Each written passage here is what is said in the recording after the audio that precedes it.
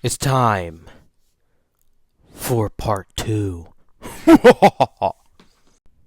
Chapter 12. Jim was 12. What a coincidence.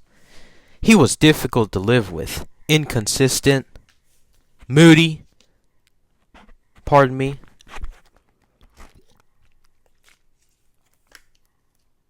My teeth. His appetite was appalling, and he told me so many times to stop pestering him. I consulted Atticus. Reckon he's got tapeworm? Atticus said no. Jim was growing. I must be patient with him and disturb him as little as possible. This change in Jim had come about in a matter of weeks. Miss Du Bois was not cold in her grave. Jim had seemed grateful enough for my company when he went to read to her. She was still alive. Overnight, it seemed Jim had acquired an alien set of values. He was trying to impose them on me. Several times he went so far as to tell me what to do.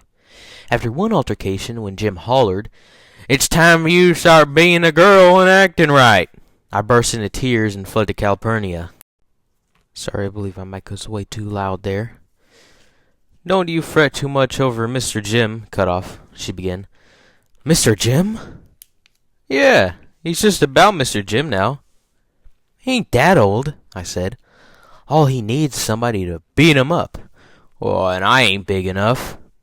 "Baby," said Calpurnia, "I just can't help it if Mr. Jim's grown up.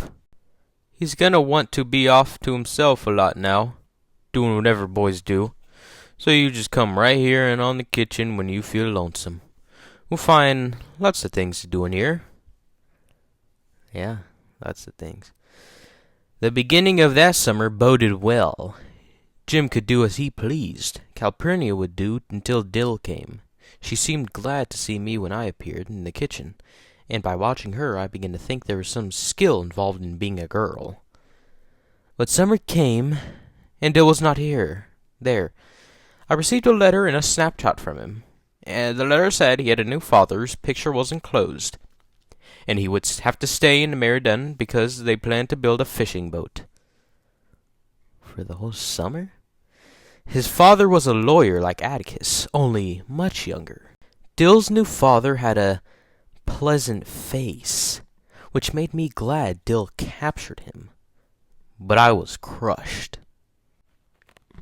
Dill concluded by saying he would love me forever, not to worry, wiggles finger. He would come get me and marry me as soon as he got enough money together. So, please write. The fact that I had a permanent fiancé was a little compensation for his absence. I had never thought about it.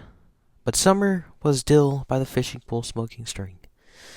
Dill's eyes were alive with complicated plans to make Boo Radley emerge. Summer was the swiftness with which Dill would reach up and kiss me when Jim was not looking. The longings we sometimes felt each other feel. I'm having a stroke trying to read this, but I feel like I'm doing it very, very excellently. With him, life was routine. Without him, life was unbearable. I stayed miserable for 2 days. 2 on the finger. As if that were not enough, the state legislature was called into emergency session when Atticus left us for 2 weeks.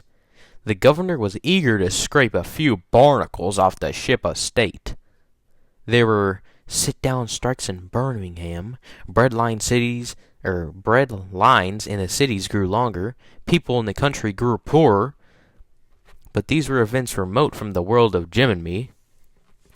We were surprised one morning to see a cartoon in the Montgomery Advertiser above the caption, "Maycomb's Finch." It showed Atticus barefooted and in short pants. Chained to a desk, He was diligently writing on a slate while some frivolous-looking girls yelled "Yoo-hoo" at him. What?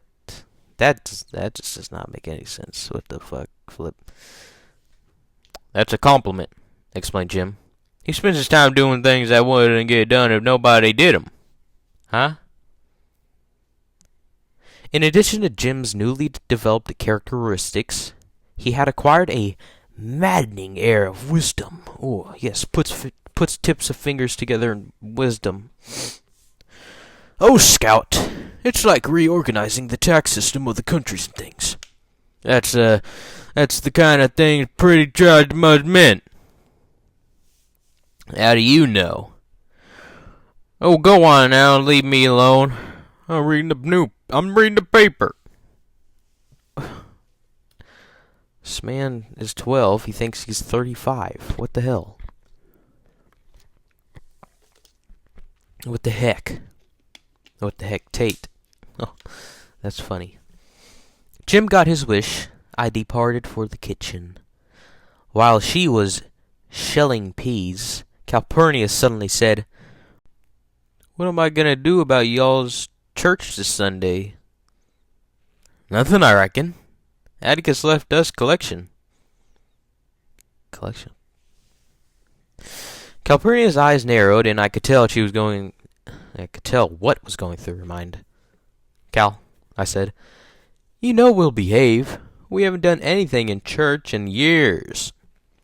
Calpurnia evidently remembered a rainy Sunday when we were both fatherless and teacherless.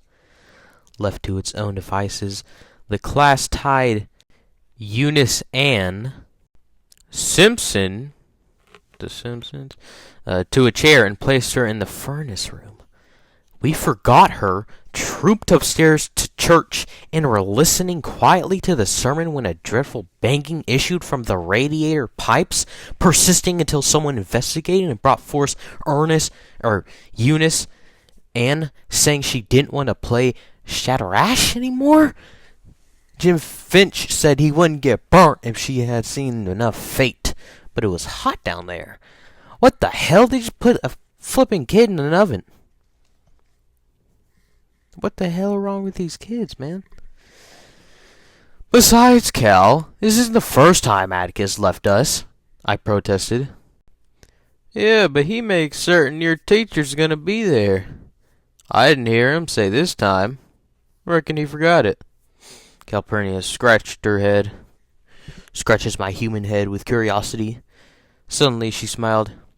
How do you and Mr. Jim like to come to church with me tomorrow? Really? How about it? Grinned Calpurnia. Yeah, her church is, all black church, if I'm correct. If Calpurnia had ever bathed me roughly before, it was nothing compared to her supervision of that Saturday night's routine. She made me soap all over twice. Drew fresh water in the tub for each rinse. Pardon me. She stuck my head in the basin and washed it with Octagon soap and Castile. That says Octagon. Yeah, Castile. She had trusted Jim for years, but that night she invaded his privacy and provoked an outburst. Can anybody take a bath in this house without the whole family looking? Next morning, she began earlier than usual to go over all calls, in parentheses, air quotes. It's not parentheses, that's quotes. Quotation marks. When Calpurnia stayed overnight with us, she slept on a folding cot in the kitchen. Does she live in the kitchen? I thought she had her own, room. Or, she has a house, if I'm correct. Correct me if I'm wrong. That morning, it was covered with our Sunday habiliments. Hold on. Computer enhanced that. Habiliments. She had put so much starch in my dress it came up like a tent when I sat down. She made me wear a petticoat, and she wrapped a pink sash tightly around my waist. She went over my patent leather shoes with a cold biscuit until she saw her face in them. I didn't know people shined shoes with biscuits. That is actually crazy. It's like we're going to Mardi's grass, said Jim. What's all this for, Cal? I don't want anybody saying I don't look after my children, she muttered. Mr. Jim, you absolutely can't wear that tie with that suit. It's green. What's the matter with that? Suit's blue. Can't you tell? I howled. Jim's colorblind. His face flushed angrily, but Calpurnia said, Now you all quit that. We're going to go to the first purchase with smiles on your faces. The first purchase, that's what it's called. Of course. Now I remember. First purchase American M.E. Church was in the quarters outside the southern town limits, across the old sawmill tracks. It was an ancient paint-peeled frame building, the only church in Macomb with a steeple and bell. Called First Cutoff. Continue.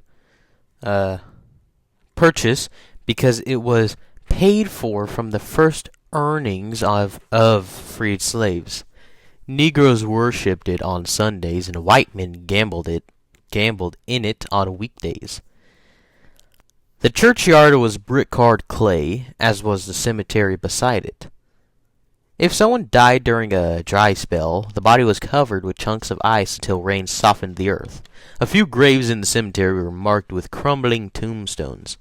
Newer ones were outlined with brightly colored grass and broken Coca-Cola bottles. My favorite soda.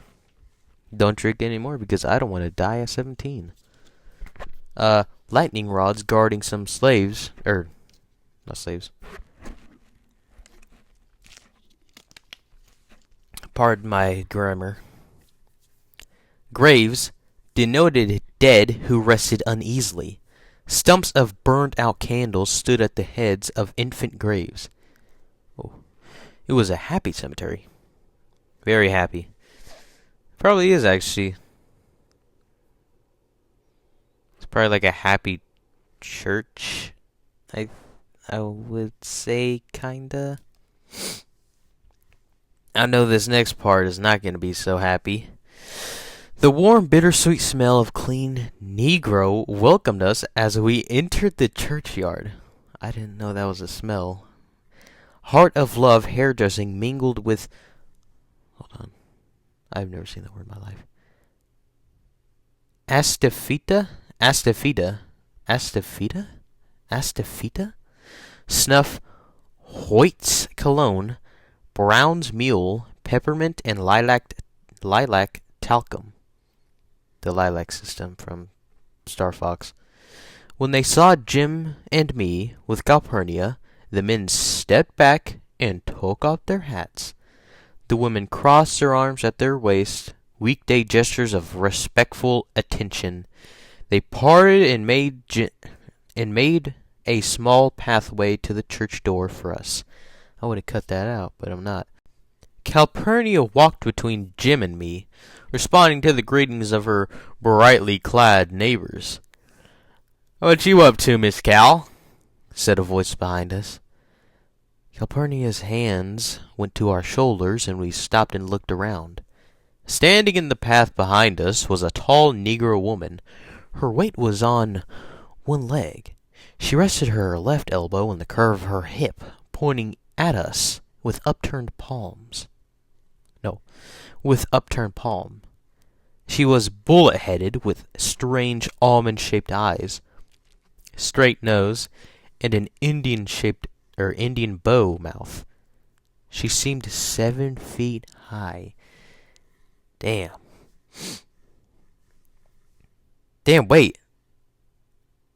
Oh, that's taller than Kobe. What the hell? I felt Calpurnia's hand dig into my shoulder. "What do you want, Lula?" she asked, in tones I had never heard her use. She spoke quietly, contemptuously. "I wants to know why you bring white children to blank church." "They's be my company," said Calpurnia. Again I thought her voice strange. She was talking like the rest of them. "Yeah, and I reckon you's company at the Finch house during this week."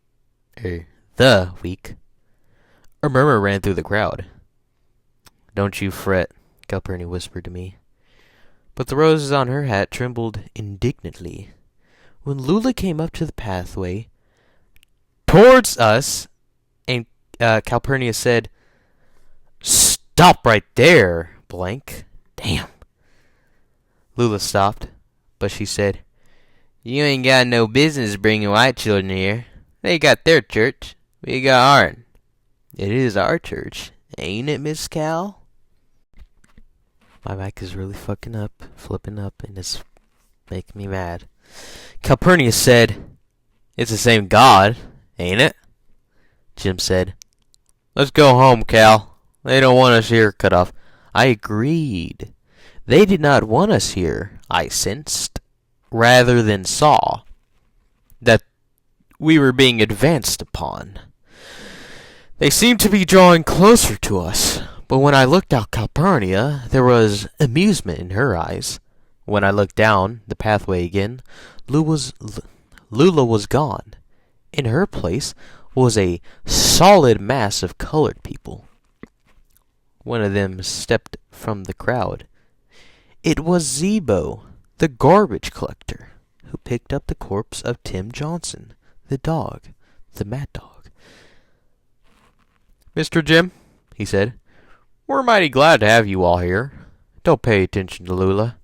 She's contentious because Reverend Skies threatened to church her. She's a troublemaker from way back. She got fancy ideas and haughty ways. We're mighty glad to have you all." Damn it, man! I almost had that sentence on the goddamn 100%.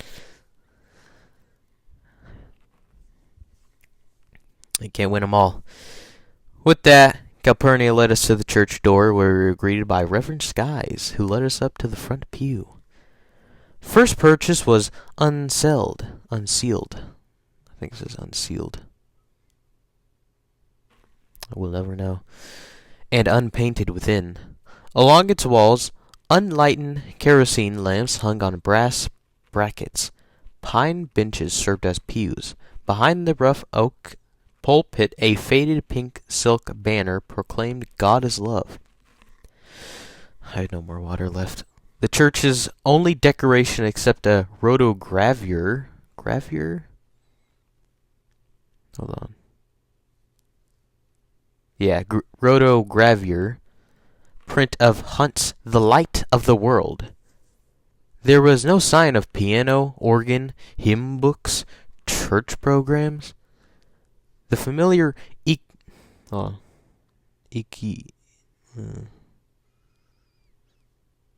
existential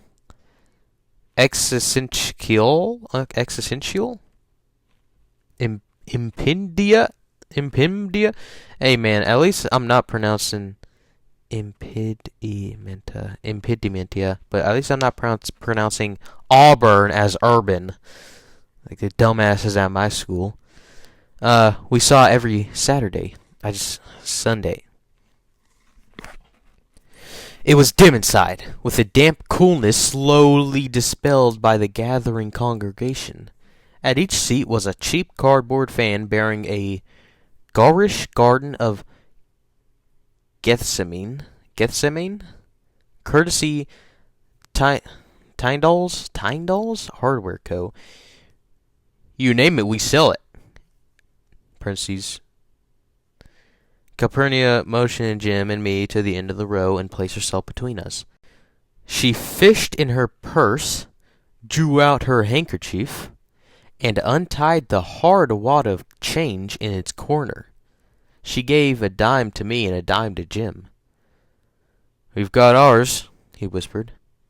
"You keep it," Calpurnia said. "You're my company." Jim's face showed brief indecision on the ethics of withholding his own dime, but his innate curiosity won, and he shifted his dime to his pocket. I did likewise, with no qualms. "Cal," I whispered, "where are the hymn books?" "We don't have any," she said. "Well, Hal cut off." "Shh," she said. Reverend Skies was standing behind the pulpit, staring the congregation to silence. He was a short, stocky man in a black suit, black tie, white shirt, and a golden watch chain that glinted in the light from the frosted cut-off sentence. Continued sentence. Windows. He said, "Brethren and sisters, we are particularly glad to have company with us this morning. Mr. and Miss Finch. You all know their father. Before I begin, I will read some announcements." Reverend Skies shuffled some papers, chose one, and held it at arm's length. "The Missionary Society meets in the home of Sister Aunt Reeves next Tuesday. Bring your sewing." Sewing? I'm pretty sure this is sewing. He read from another paper. "You all know of Brother Tom Robinson's trouble. He has been a faithful member of the First Purchase since he was a boy. The collection taken up today, and for the next 3 Sundays, will go to Helen, his wife, to help her out at home." I punched Jim. "That's the Tom Atticus dish. Cut off." I turned to Calpurnia, but was hushed before I opened my mouth. Subdued, I fixed my attention upon Reverend Skies, who seemed to be waiting for me to settle down. Have you heard that? "Will the music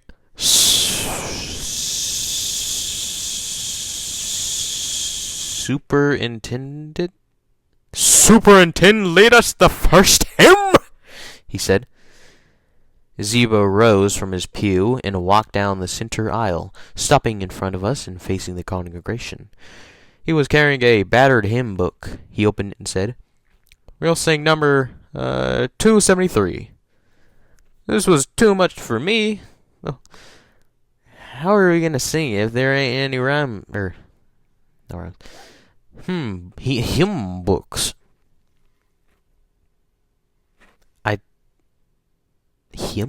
Hum? I don't know. Calpurnia smiled. Do I have to sing? I don't know how to sing this.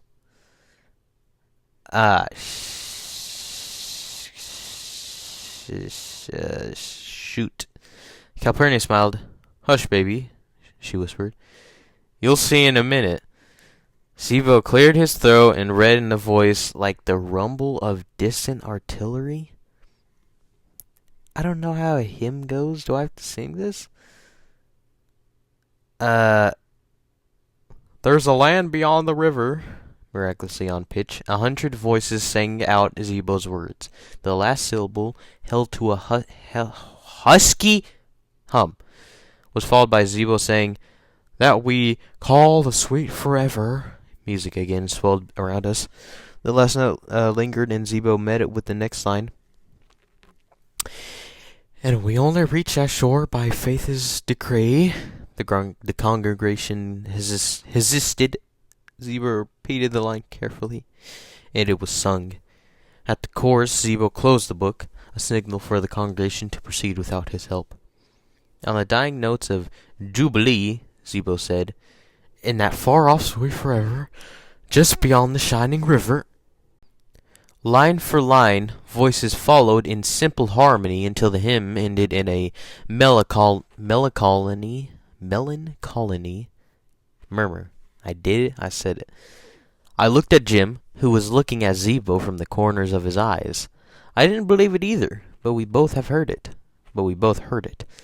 Reverend Skies then called on the Lord to bless the sick and the suffering. A procedure no different from our church practice, except Reverend Skies directed the deity's attention to several specific cases. His sermon was a forthright denunciation denun- denunciation? Yeah, denunciation of sin in austere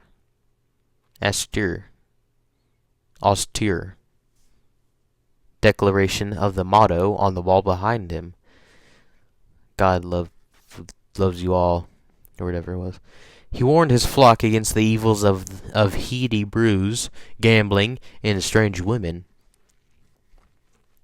Hold on, I thought this was gambling on the weekdays by white dudes and strange women. Bootleggers caused enough troubles in the quarters, but women were worse. Again, as I had often met it in my own church, I was confronted with the impurity of women doctrine that seemed to preoccupy all clergymen. Jim and I had heard the same sermon Sunday after Sunday, with only one exception. Reverend Skies used his pulpit more freely to express his views on individual lapses from grace. Jim Hardy had been absent from church for 5 Sundays, and he wasn't sick. Constance Jackson had better watch her ways. She was in grave danger of quarreling with her neighbors. She had erected the only spite fence in the history of the quarters. Reverend Skies closed his sermon. He stood beside the table in front of the pulpit and requested the morning offering, a proceeding that was strange to Jim and me. One by one, the congregation came forward and dropped nickels and dimes into a black enameled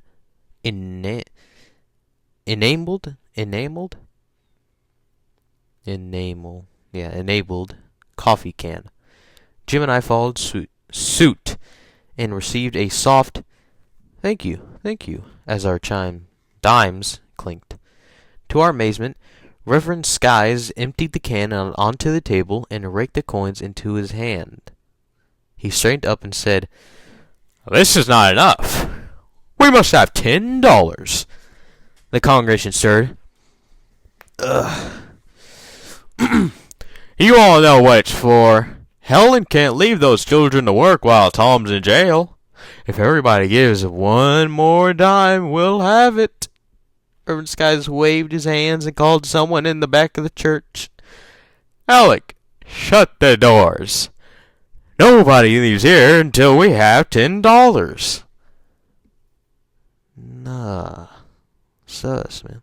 Calpurnia scratched in her handbag and brought forth a battered leather coin purse. "Nah, Cal," Jim whispered when she handed him a shiny quarter. "We can put ours in. Give me your dime, Scout." I think Jim's saying that, I don't know. The church was becoming stuffy, and it occurred to me that Reverend Skies' cutoff sentence, continued sentence, intended to sweat the amount due out of his flock. Fans crackled, feet shuffled, tobacco chewers were in agony. Reverend Skies startled me by saying sternly, "Carlo Richardson, I haven't seen you up this aisle yet." A thin man in khaki pants came up to the aisle and deposited the coin. The congregation murmured approval. Reverend Skies then said, "I want all of you with no children to make a sacrifice and give one more dime apiece. And we'll have it." Slowly, painfully, the $10 was collected. The door was opened, and a gust of warm air revived us. Zebo lined on Jordan's stormy banks, and church was over. I wanted to stay and explore, but Calpurnia propelled me up the aisle ahead of her. Okay. At the church door, while she paused to talk with Zebo and his family, which Zebo is Calpurnia's eldest son, which is flipping crazy. Jim and I chatted with Reverend Skies. I was bursting with questions, but decided I would wait and let Calpurnia answer them. "We were specifically glad to have you all here today," said Reverend Skies. "This church has no better friend than your daddy." My curiosity burst. Why are you all taking up collection for Tom Robinson's wife? Oh, didn't you hear why? Asked Reverend Skies. Helen's got 3 little uns, and she can't go out to work. Cut off. Why can't she take 'em with her, Reverend? I asked. It was customary for field negroes with tiny children to deposit them in whatever shade there was while their parents worked. Usually the baby sat in the shade between 2 rows of cotton. Those unable to sit were strapped papoose style on their mothers' backs, or resided in extra cotton bags. Damn. Reverend Skies hesitated. To tell you the truth, Miss Jean Louise, Helen's finding it hard to get work these days. When it's picking time, I think Mr. Linkdios will take her. Why not, Reverend? Before he could answer, I felt Calpurnia's hand on my shoulder. At its pressure, I said, We thank you for letting us come, Jim echoed me, and we made our way homeward. Cal, I know Tom Robinson's in jail, and he's done something awful, but why won't folks hire Helen? I asked. Calpurnia, in her navy voile dress and tub of a hat, walked between Jim and me. Why the hell did I say it like that? It's because what folks say Tom's done, she said. Folks aren't anxious to have anything to do with any of his family.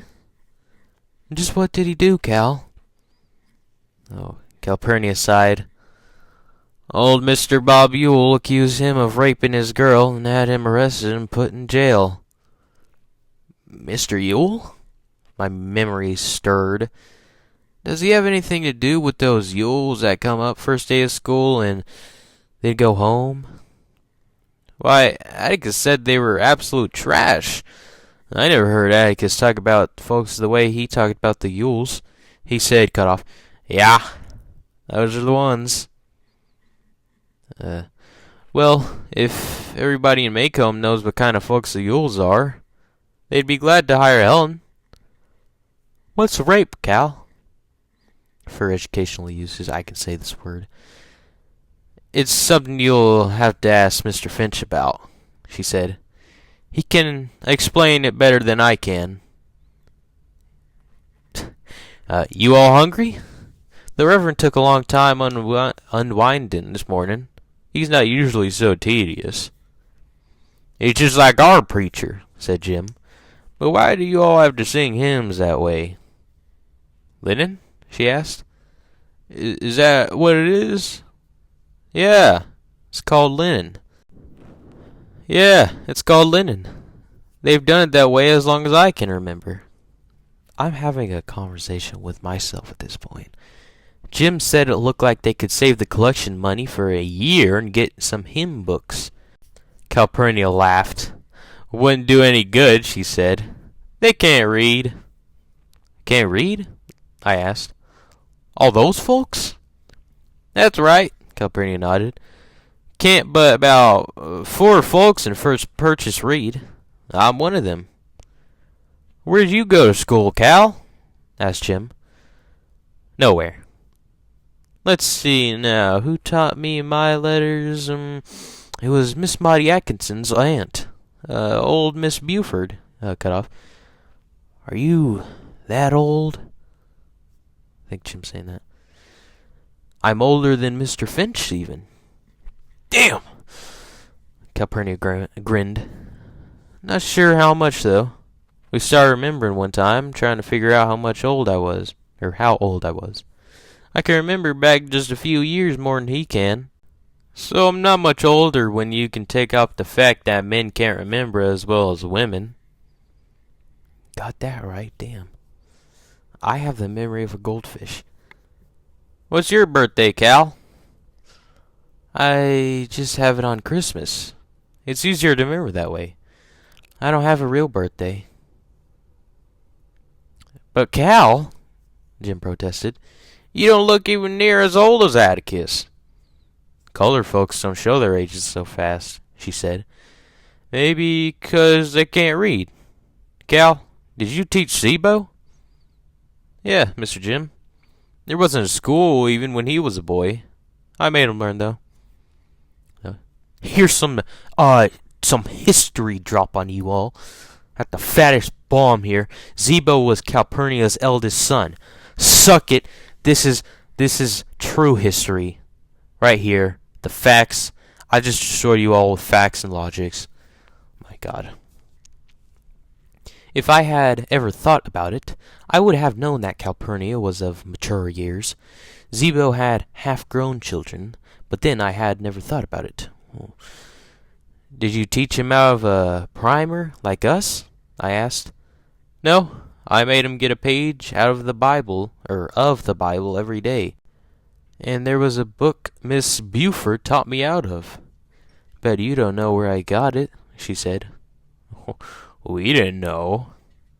Calpurnia said, Your granddaddy Finch gave it to me. Were you from the landin'? Jim asked. You never told us that. I certainly am, Mr. Jim.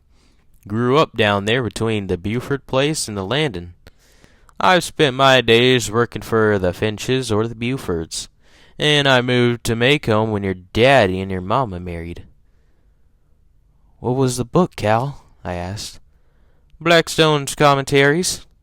Jim was thunderstruck. You mean you taught Zebo out of that? Why, yes, sir, Mr. Jim. Calpurnia timidly put her fingers to her mouth. They were the only books I had. Your granddaddy said Mr. Blackstone write fine English. Cut off. That's why you don't talk like the rest of them, said Jim. The rest of who? Rest of the colored folks, Cal. But you talk like they did in church. ... That Calpurnia led a modest double life never dawned on me. The idea that she had a separate existence outside of our household was a novel one, to say nothing of her having command of 2 languages. Cal, I asked, why do you cut off sentence? Continue sentence. Talk to your folks when you know it's not right? Well, in the first place, I'm black. Cut off. That doesn't mean you have to talk that way when you know better, said Jim. Calpurnia tilted her hat and scratched her head, then pressed her hat down carefully over her ears. It's right hard to say, she said. Suppose you and Scout talk to colored folks talk at home. It'd be out of place, wouldn't it? Now, what if I talked to white folks talk at church? And with my neighbors? They'd think I was putting on airs to beat Moses. But Cal, you know better. I just hit my toe, I said. It's not necessary to tell all you know. It's not ladylike. In the second place, folks don't like to have somebody around them knowing more than they do. It aggravates them. You're not going to change any of them by talking right. They've got to want to learn themselves. And when you don't want to learn, there's nothing you can do but keep your mouth shut or talk their language. Cal, can I come see you sometime? She looked down at me. See me, honey? You see me every day. Out of your house, I said. Sometimes after work, Atticus can get me. Any time you want to, she said. We'd be glad to have you. We were on the sidewalk by the Riley place. Look at the porch yonder, Jim said. I looked over to the Riley place, expecting to see its phantom occupant sunning himself in the swing. The swing was empty. I mean our porch, said Jim. I looked down on the street, enamored, upright, uncomposing. Alexandria was sitting in a rocking chair exactly as she has been sitting there every single day of her life. Me think cool chapter. Don't want to get this video over 40 minutes. Goodbye.